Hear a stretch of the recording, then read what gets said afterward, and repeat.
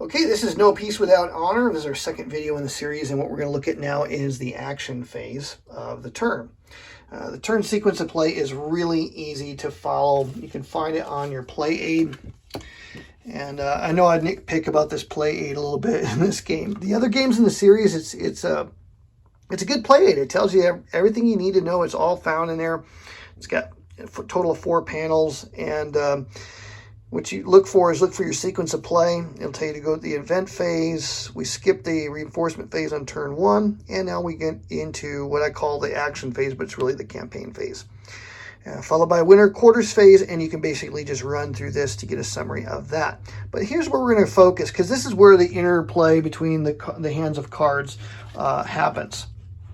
So, as I said last time, the play aid is a little clumsy in that they printed it upside down. So when it's right side up on the other side and you flip it open, you have to rotate the thing around. It's really kind of unfortunate that happened. Anyways, what we want to look at here is the actions menu. Now the Bourbon side played their first card, and they play a 3-op card, 3-action card. Now all of the action cards, that's all you have is op cards. So it's not like other CDGs that have an op and an event, or an op or an event. This just has op values. So 3 actions, a lot like a block game, in fact. In some ways, these cards act like the cards in a block game, where you take the numeric value, and that's how many groups of blocks you can move. So what can we do with these action points or these campaign points? What we have here, you really want to pay attention to the action rules, okay? And the menu of actions that you can take is right here. There's basically 6 different things. You can take a campaign, which allows you to move a force of units around, or you can engage in a siege. You can transfer units. This is a way to move units a little bit more strategically. They can move a little bit further, but you can only move into like friendly spaces. I shouldn't put it that way. You can only move. It's hard. Let me phrase it this way. It's hard to move aggressively with the transfer. Transfer is used to move groups of pieces longer distance to join pre-existing armies. That's its primary function. We'll talk about that a little bit more in a minute. Replacement, you can spend one of your ops to flip one of your understrength units already on the map. You cannot use that to bring units from your pool onto the map. You can only do that during your reinforcement and replacement phase. So you can use replacements to strengthen units. You can rally. This is functional when you've lost a battle. All of your units will become demoralized. And they'll get a demoralized token on top of it. And so what you got to do is you've got to rally to get these demoralized, these units undemoralized. And when they're demoralized, they're vulnerable to further attack and become less capable. And so rally allows you to recover from demoralization. C move allows you to move from a port to a port. And that brings up how do you know what spaces are ports? Like San Sebastian and Bayonne are not considered ports in terms of this game. And how you know that is if the label astrides the C zone, then it is a port. For example, Brest obviously is a port. And it's also an interesting port because it's not connected to any land spaces in terms of game turns. London's considered a port, can say pretty much just about everything in the British Isles except for the Highlands space. So you can move from one port to another of the same sea zone using that method. It only allows you to move 2 corps and one of your, I keep calling them brigades, but 2 corps and one of your leaders can move from one port to one port. You don't have to necessarily control the destination or the origin, but you do have to dice for control or for success. And I think basically you just don't want to roll a 1, and you can look up the rule for the specifics on that. It's not something you're going to use as often in this game, I think, as opposed to perhaps other games in the series. And remember, there's 2 sea zones, Med and the Atlantic, and the division between them is Gibraltar, and so that's what these 2 little arrows signify. All right, so we got 3 actions to take, and what we're going to do is we're going to use a campaign for all 3 of them. And what I like to do is I like to put dice on top of the card to remind myself when I'm taking action, because some actions might take more time than others, and I hate to forget what I've done. Or the move could get complicated when you start moving different things around and changing your mind. That's just a way for me to keep it all straight. Army A is consisting of what's in this Army A box. The Army A box is reflected by that marker. So we have 6 corps under Turenne, and we have 2 corps under a minor leader who doesn't have he's non-name specific. So I think what I'm going to do is I'm going to leave this guy in A. I'm going to take Turenne and his 6 corps, and I'm going to march them just one space to Nijmegen and lay siege to Nijmegen, just like so. You have 3 movement points. It costs a movement point to move across one connection. However, when you enter an enemy fortified space, you have to stop there. In fact, you can't move into another space until you control the space that you're in. So if he starts his move in Nijmegen, he can't move into Bergen-op-Zoom or Naarden until Nijmegen is actually controlled by him. So that's a really important rule to remember. You can drop units off along the way, but you can't pick units up to move with a marching force. So the movement rules sound very simple, but as you start to play, you realize this requires some planning and some thoughtful consideration if you're going to be efficient in the game, because you only have 5 cards to work with. Furthermore, once these units have engaged in some kind of an action, they cannot do any other action. So what I like to do when I lay siege to a space, I like to put a control marker, even though I know this is controlled by the Alliance. I like to put a control marker next to it, put them side by side to show that there is a siege in place. And so that's what's going on. There aren't any under siege markers, but as I begin to resolve the siege, markers will be placed in there. That'll make that a little bit more obvious. All right, so that's one action. We have another action. We got 1 siege underway. Next one, I also want to engage in another siege of Liège. So we're going to take the Condé. We're going to march him. I think he's got 1, 2, 3, 4 corps with him. He's going to move 1 and 2. We'll siege Liège. Put them side by side. Those guys are all done. For my last trick, I'm going to go ahead and take, now I got to be careful of this. It might make sense to maybe besiege Besançon, but if I do that, I violate Habsburg neutrality, and all these guys become active. I don't want to do that yet. So, in fact, I don't want to trigger that at all. If I can avoid it, I would prefer to get all my victory against the Dutch and never have to fight the other Habsburgs. So, what I'm going to go ahead and do instead is I'm going to take Army A, leave him where he's at, and take the force from Munster and march him to Cologne. And basically, Von Galen's Munster units, 2.5 corps, will join the 2 that are there. We're leaving Munster uncovered, but it's a fortified space, so it's going to take at least 2 actions for the Alliance to capture that, and they only have 1, 2, 3 half-strength corps on this opening turn. So I've got a little bit of liberty to move around it and be aggressive and maybe take some chances. So I'm joining that army up basically because I want to make a push in here and overrun the fortified lines in that unfortified space. And I should point out that that's just a special situation that exists as part of the setup. Normally you can't establish fortified lines in unfortified spaces. So that is all 3 actions. Let me reinforce what I said earlier when I said that once the units do an action, they can't do anything else. So if I march with Von Galen for 1 action and take his whole force and join this leader, I can't, if I had additional action points, I can't use another action to do a reinforcement or a replacement and flip this guy over. I would have to wait until my next card play, spend one of my actions to replace him and restore him to full strength, but then I could not march with him if I wanted to march with the rest of that force. So again, you have to really plan ahead. Well, that's my 1 card play for the Bourbons. So we slide the cards remaining in their hand down. Again, this is the GMT CDG solo system. This is how I track how many cards are actually in the player's hand. I draw a card face down to replace the empty slot, and it only flips face up if the die roll dictates that I do so. So there's kind of like this little fog of war thing that goes on, and yet it works really well with this particular game system.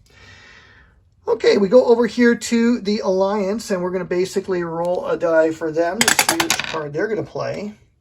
They play this one here, which means you flip over card C, and you either play it or you play the lowest valued card elsewhere. So I think what I'm going to go ahead and do, and bear in mind they have bad weather. I chose not to use it on the opening play. I think it's better to spring this at maybe a point when maybe they have to play one of these weaker cards. So, and I treat it, when I'm playing CDG solo, I treat the held events as being face up and available information. They can play at any time it makes sense to do so. All right, I'm going to go ahead and use card A. Take 2 actions. Want to do a couple of things here. I think it makes sense to strengthen. Yep, it makes sense to strengthen this guy up. So we're going to use a replacement on him to restore him to full strength. And then we're going to march this force in. No interception is possible. You have 2 adjacent armies, but no interception is possible because the Alliance controls that space. If that was a Bourbon-controlled space and you move in there, then neighboring forces can roll die and attempt an intercept. So basically, I'm strengthening the fortified lines, and we'll talk about those when we have a battle. But basically, fortified lines make it harder for an attacker to defeat a defender. It doesn't necessarily help the defender fight better, but it nerfs the strength of the attacker. All right, so that's their 2 actions. Something else I can do, here's my discard pile. Something else that I can do with my actions for the Alliance is there are 2 flooded markers per the scenario special rules. You can use these flooded markers. It costs 2 action points to use them. And what you can do with them, you don't have to use them on turn 1, but when you use them, it turns Naarden and Amsterdam into rugged spaces. Turns them into rugged spaces, so they're treated like this. Now, the impact is that affects the stacking value, but it only affects the stacking value for the Bourbon. So the Bourbons can only put 4 units in that space, but the Alliance could conceivably bring as many as 12 in because they're considered normal spaces for the Dutch. So it's a way for you to surprise the Bourbon and to use the network of dikes and levees and such to your advantage. It also will increase the Bourbon war weariness by 1. So it doesn't make sense to use it now, and the flooded condition persists until the winter quarters phase of that turn. So it doesn't make sense to spring it on them now. And the Bourbon knows that it exists and that they can do that to you, just like they knew historically that, you know, they might decide to blow up some of these dikes and levees and flood the countryside on us. So you have to be aware of that as both Bourbon and Alliance players. But there you go. That is the first round of actions. So we reduce our hands, our cards remaining in hand. And we draw another card in place. And then we go back over here to the Bourbon side. And they're left with one of these 2 cards. Well, one's as good as the next, so we'll play A. Only 1 action, so I don't need to put a dice on there. I mean, we're going to remember what we're doing. Now, question. Might be a good time to spring that. Let's go ahead and do it. We're going to spring bad weather on them because that basically turns that into a 0, and so they lose an entire season of campaigning due to bad weather. And it also increases Bourbon and Dutch war weariness by 1, and this actually helps the Dutch. I'll show you why in just a second. So Dutch war weariness goes up 1. We're going to trigger the murder of the De Wits, and that goes up. We also move up the Bourbons, and that moves the combined 1 up to the sum of these 2. What's the murder of the De Wits do? I believe it sends in Prince William. Let me get this out of the way. Let's get the rule book out because we don't really know what to do otherwise. Let's find it. It's towards the back. War weariness. Here they are. Murder of the De Wits. Add Prince William, 1 Dutch, and 1 subsidy to any controlled Dutch fortress. Whether besieged or not, this may result in a field battle. If so, it is resolved immediately. All right, so we're going to go ahead and take a subsidy. These are the pieces I put off to the side. They don't actually belong in the pool. They're extra pieces that come into play per that track or event. So that's why they're over here. But now if they die, they'll go into the pool and can be rebuilt. Question is where to put them. My fear is, you know, if I put them in Amsterdam, they're on the coast, they can use sea movement, but that's a little chancy. I think I'm better off putting them in Groningen because I can always sea move from there to Amsterdam. And it creates a threat on the Bourbon flank. And I think there's hay to be made in picking off these fortifications in Central Europe. And so I prefer to put him there. If there's an attack into the fortified lines space, he could potentially intercept and reinforce that. And you know, the Bourbons might experience a check early on in the game. So that was a helpful outcome. Now they have a very good, capable leader in Prince William, who's going to become King William of England one day, unless he dies in this game. And then I usually put the little marker next to the turn marker to show when that particular event was triggered. The effect of that in this particular game is basically to give you a little bit more historical flavor than maybe some of the other games might have. I mean, you have the event deck, which has these notable historic events, but it adds a little bit more to it. And that's something I really like about this fourth entry in the series. So much for that. A replacement card gets drawn in, and that is reduced. Now we're going to roll for the Alliance. They get to use A, B, or C. All right, what to do.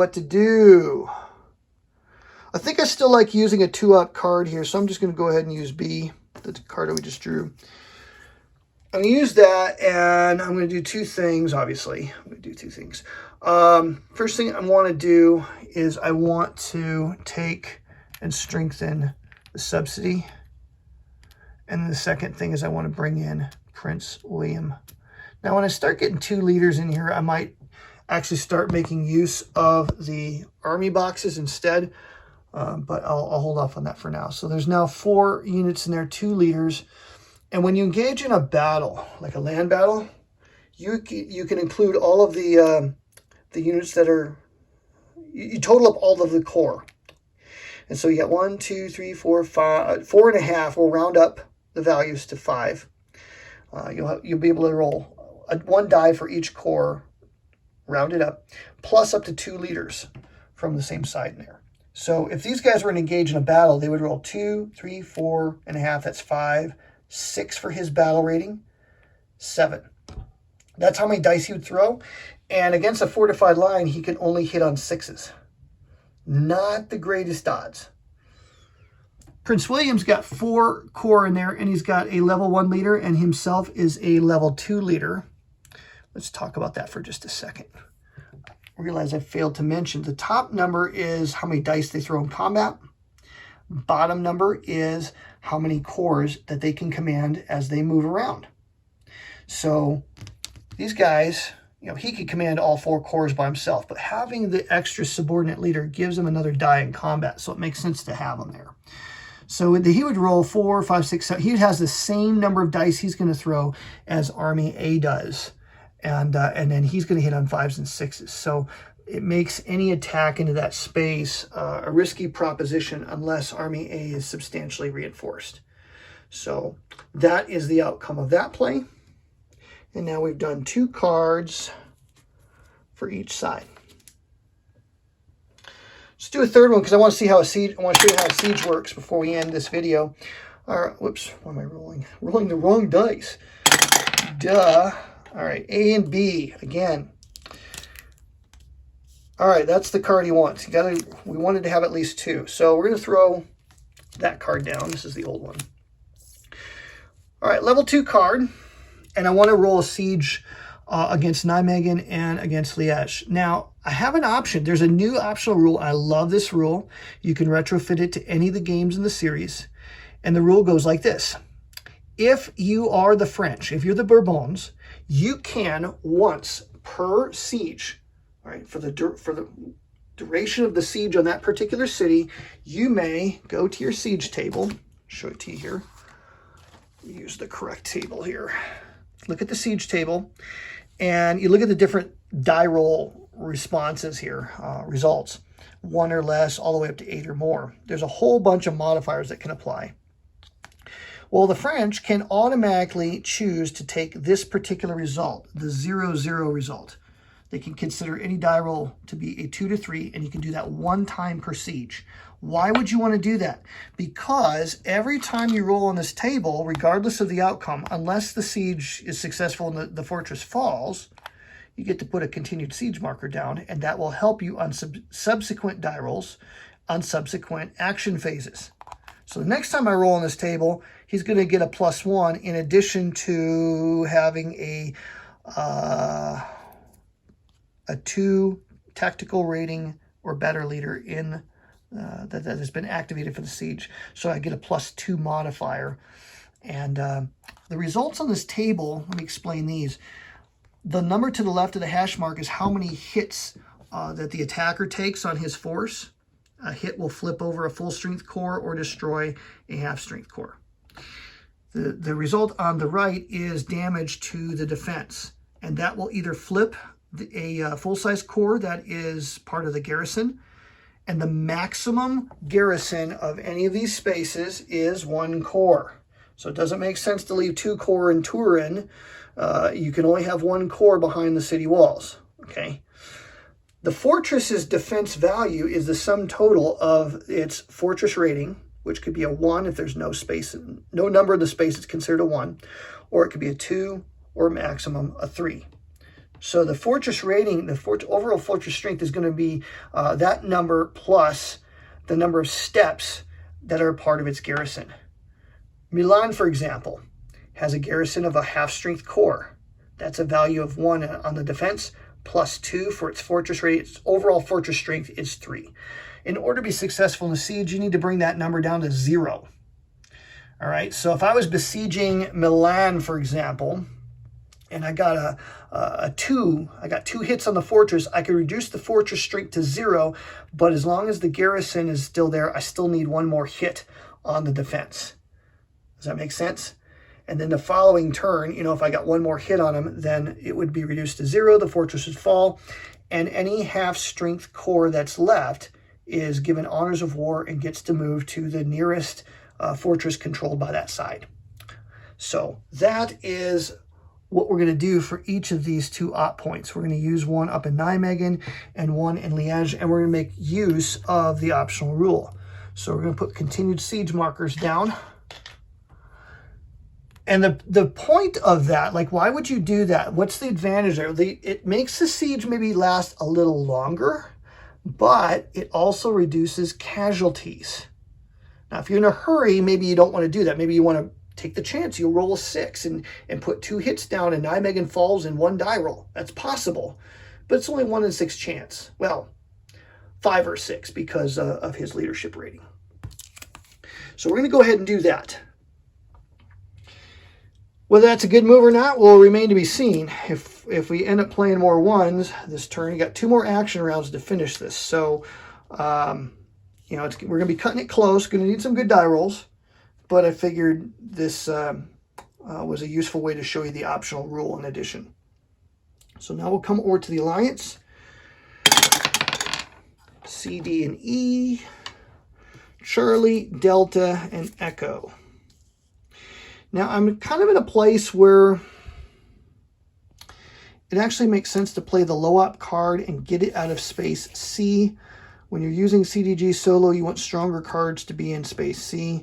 So we'll go ahead and get this weak one out of there now because there's not a whole lot more for the alliance to do. I don't want to attack because I'm not really strong enough to attack. Instead, what I think I'll do is use that to strengthen the garrison of Amsterdam, and we'll leave it at that. So that's their card play. We're basically awaiting to see developments on the Bourbon side. It's just too much to risk. If I were to attack or move into Munster, I don't like that move yet. All right, and they rolled A, B again. Unfortunately for them, they can use that 3-op card. And that means we get to roll on the siege table. All right, let's roll on the siege table for Nijmegen. They're going to get a +1 modifier because they have a 2 TR rating leader in Turenne, +1 for the continued siege. So total a +2. And a 2 + 2 is a 4. That's not going to quite get it done. It's going to take a hit on the defense or on the attackers and a hit on the defense. So the fortress strength, which is a 2, is going to be brought down to a 1. So we'll put this marker there as a reminder of its degraded status. Fortress strength is down to 1. Continued siege marker flips over to its +2 side. And we're going to take one of the leader or one of the core out, flip him over, and put Turin back there. By the way, how many cores it take to besiege a city? You have to have at least one core. You have to have a number of cores equal to the overall strength of the fortress. So, for example, Liège has a fortress rating of 2.5 strength core as part of its garrison. So that's overall strength is 3. It takes at least 3 core to besiege Liège. We're going to besiege Liège now, rolling for him. And a 5 is going to get her done. A 5 is going to be increased. And by the way, there's lots of modifiers. Pay attention to them. The besieger has no lock. That means you don't have a line of communication back to one of your supply sources. Now, there is a special rule that says you can trace locks through Namur as the Bourbon side while the Habsburgs are neutral. But he's also got a lock through these spaces back to a supply source. So that does not apply, but that's something you want to pay attention to because that's a way to defend your fortresses is just to break the line of communication of the besieging army. A threatened lock means, let's imagine that Namur, that rule did not apply to Namur, and maybe Prince William was besieging Koblenz. Well, they don't control Koblenz yet, but if your supply line has, or your line of communications has to go through there, the line of communications is now threatened. And so that's what that modifier is for. There is no leader inside the fortress, but that will help the fortress because it's a negative modifier in your siege die rolls. The continued siege marker is got a +1 on it right now, so the 5 becomes a 6. And we have a 2 TR leader, so it's a 7.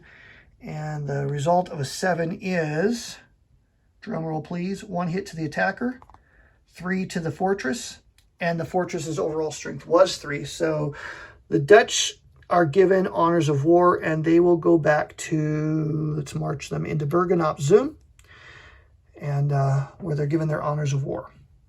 So the city of Liège falls. We're going to do a couple of things here. Housekeeping wise, we're going to go ahead and flip one of the cores over, put Bourbon control in Liège. The victory value of a space is equal to the numeric value of the fortress. So the Bourbons get 2 points out of that. Something else that happens when you lose control of a 2 strength fortress, your war weariness goes up by 1. So war weariness goes up to 3, and the combined marker also moves up by 1. Getting a little bit closer to here, this one is Habsburgs go to war. That's going to activate the Spanish, the Austrians, the Bavarians, and most of the empire are going to be activated. So, you know, it does help for that to get up there. But late in the game, eventually the game will end when war weariness, the combined marker, starts reaching these tokens on that track. So you need it to move to help you in some ways, but then it starts to hurt you in the end. Still got one more action point left. Kind of puzzling over what to do with it. And I feel like it might be useful to show you how a transfer works. So what I'm going to go ahead and do is transfer. I'm going to keep 1 core in Paris along with that leader, and I'm going to transfer 2 cores, boom, boom, boom, to this leader here. Now he's not going to move yet, but I know that he's going to be promoted at some point, so maybe that makes sense to do that. Or better yet, maybe I don't want to do that. Maybe I want to send them 1, 2, 3, 4. I could send 1 to Koblenz, another to Trier to shore up that supply line. They don't all have to move to the same space. Or I could move one, I could transfer 1 leader and 1 core around. So that's how that particular action works.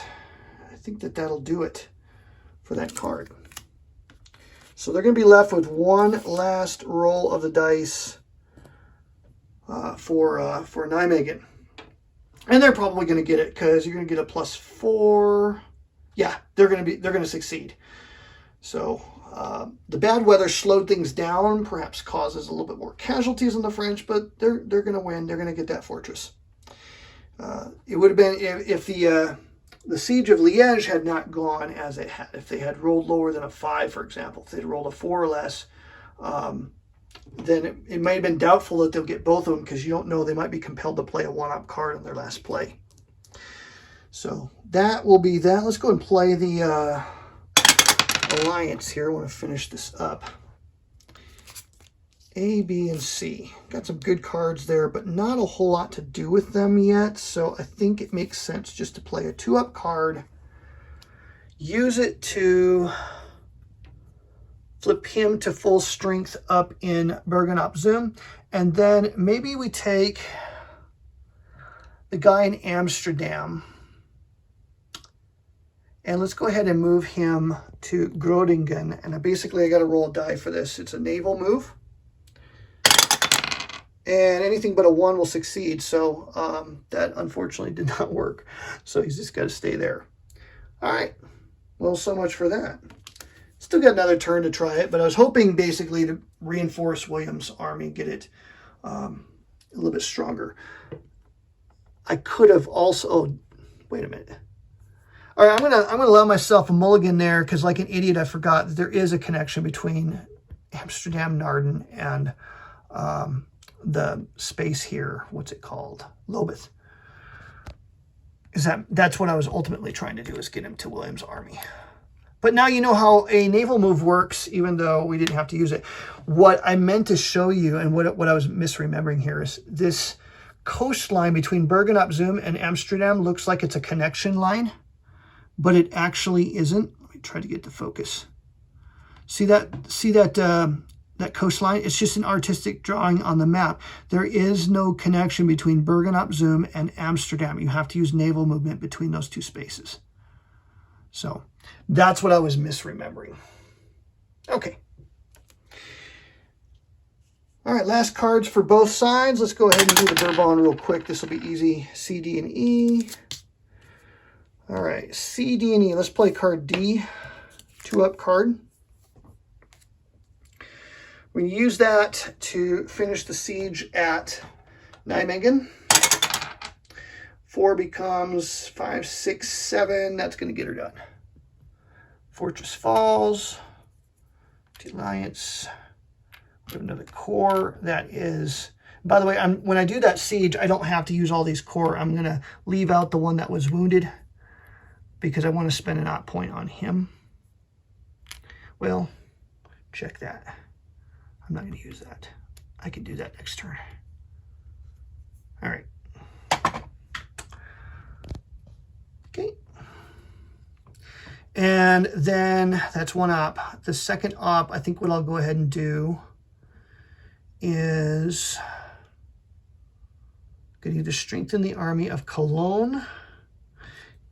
Yeah, let's do that. I'm going to do another transfer and get these 2 cores up to Cologne. So Cologne's now got 4, 5, 6 and a half cores in it. And I happen to look at the turn track, and I know that this leader is going to flip over and become a really good leader next turn. And so I'll have a better army for him to play around with. So basically I'll have 3 decent armies to work with for the Bourbons on the next turn. So let's adjust the VPs down by 2 for taking control of Nijmegen. And then we're going to come over here and increase their war weariness by 1. So 1 more. And the, yeah, 1 more and the Habsburgs come into play. Now that sets up an interesting decision, I think, for the Alliance on their last play. I'll show you why in just a second here. All right, so they're done. Let's go ahead and... All right, they're going to play card C, which is unfortunate. You can either play the card that's here or the lowest value face-up op card. So fortunately, there's no ones showing. So I'm going to go ahead and use card E because it's lower than the 3-op card in there. And I'm going to use these 2 ops in this way. Now, here's what I want to do. This is going to be cool. I'll show you why. Nijmegen's Fallen. And while it's useful, maybe I forgot to put the control marker in there. There we go. Nijmegen's Fallen. Naarden's under threat. Bergen-op Zoom's under threat. Amsterdam is definitely, endangered now too, because any breakthrough at Naarden exposes Amsterdam. And while I would love to use a flooded, the use of a flooded when, the real crisis comes, if I were to play this right now using my 2 ops, the only effect that's obtained is it moves up the... Yeah, that won't do what I thought it was going to do. I was thinking it moved... I was misremembering. I was thinking it moved both War Wearies. It actually only moves the Bourbon up 1. So, drat. Okay, I was hoping to find a way to trigger the Habsburgs going into the next turn, and I'm not going to be able to do that. So, geez, I hate to do this, but ultimately I'm stuck with 2 ops that I really don't have any use for. I can't think of a thing that's useful to do on the map, and so I will simply pass with both ops, which is perfectly legal to do. So, yeah, just going to waste them. All right, draws his last card in, and that is the end of that segment. And for the winter quarters phase, it's super easy. You remove all of your famous victory markers if there was a big battle, demoralized markers if there was a battle. There aren't any of those. If you are not in a friendly space, you have to retreat back to a friendly space, which is why I didn't activate him to besiege Munster. Had I done it 2 cards before, maybe, but I don't know what the Bourbons are going to do. I don't want to lose that Lobeth space. So that was the price we paid for that. Lost opportunity. And so basically during the winter quarters phase, nothing happens this turn. So we can advance the turn marker. And next turn, we will see what becomes of this overall situation. When the Bourbon War Weariness marker reaches here, I believe this triggers the neutrality of the British Isles. So they're going to lose all these Jacobite cores, and that's something that the Bourbons need to weigh in mind. Do I spend ops to bring some of the Jacobites over to the continent to try to accomplish something over in the continent before the Test Act comes into play?